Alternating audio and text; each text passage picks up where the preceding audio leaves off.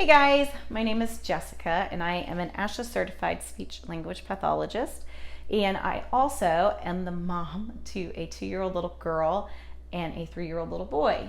So I know a lot about teaching children language, and I know a lot about parenting little children because I'm currently doing it right now. Like, I am in the middle of it with you, so I feel you. And I want to share one of my tips today to help you teach your child some language at home, to be very intentional with your language teaching. Maybe you're trying, to do some speech therapy at home, and hopefully, these tips will help you feel more successful doing that. All right. So the tip we're going to talk about today is reading, and I want you just to bear with me. I know you know that reading is good for your child. I think I have some better tips for you than just read.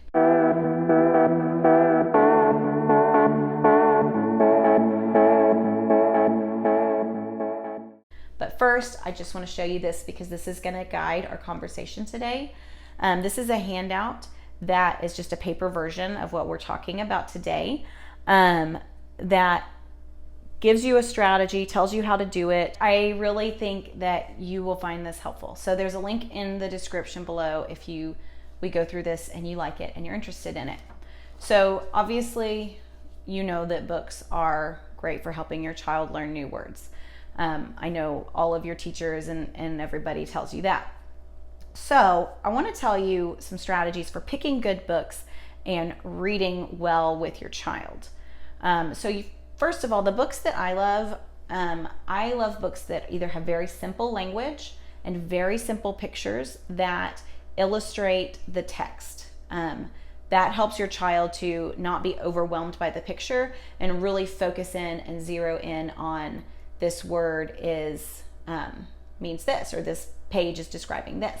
So books that are really good, a good series for that are the Maisie books by Lucy Cousins, the Maisie series. I was going to try to find you one, but I think they must be in my kids' room and it's nap time. So I can't show you what those look like. But here's another one that I really like called My Dog Spot, by Jack E. Levin and Norma R. Levin. And just to show you what I'm talking about, like you can see very simple words. My dog Spot can sit up and beg for his supper, and he likes to play with my daddy's slippers. The picture is not overwhelming, it's simple, and it describes the text exactly. So I would recommend this book for that as well. The Maisie books are really great.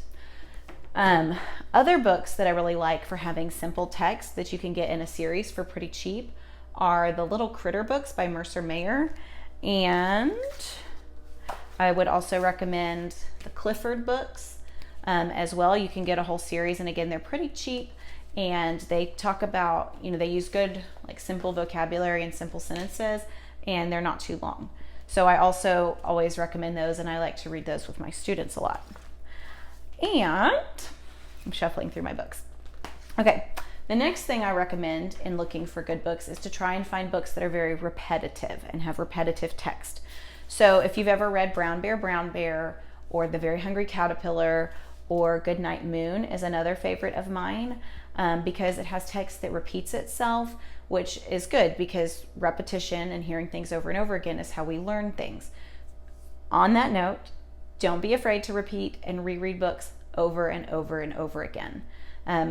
There are studies, I believe, I could be quoting the number, not perfect, but that it could take up to 150 times, maybe more, maybe less, depending on the child, of hearing a word. So hearing the word 150 times before they could learn what that word means. And that's for children who struggle with learning or struggle with learning new words. So I just say that so you, even though you're tired of reading Goodnight Moon for the 10,000th time, or it feels like it, it's really good for your child. So that is one of my tips for picking books. Other fun books, just that I enjoy, there's a whole series by Bill Cotter. The original one is Don't Push the Button. They have a Christmas one, they have an Easter one, they have a Halloween one, or he has one, and they're just really interactive. Like they have the kids participate.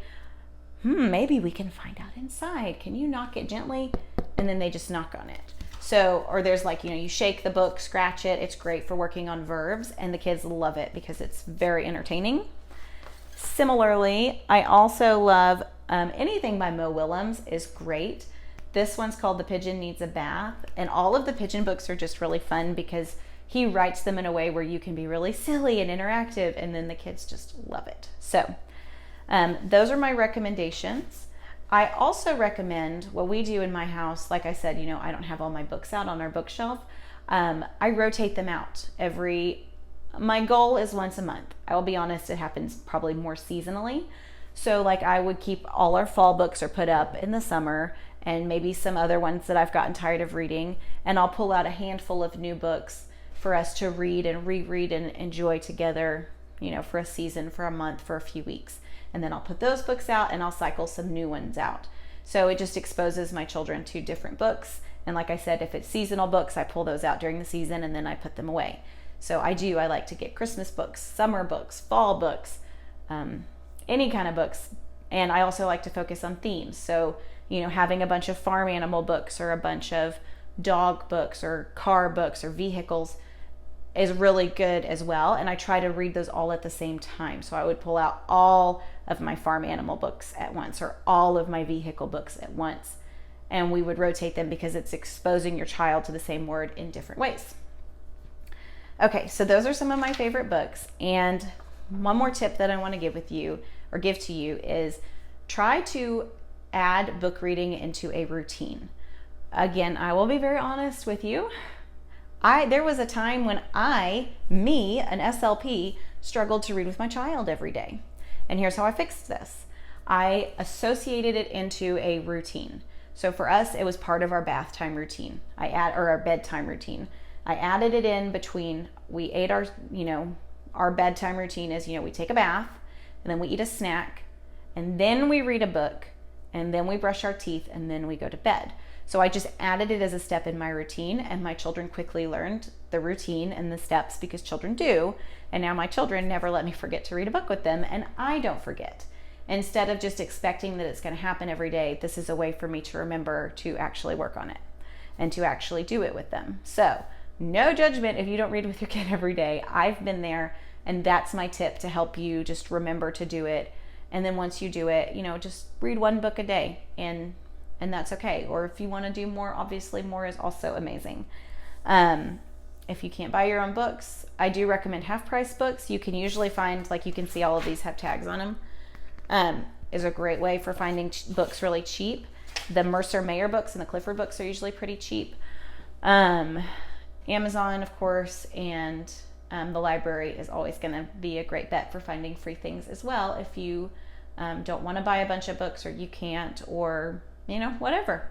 Those are just some options for you to help you read with your child at home.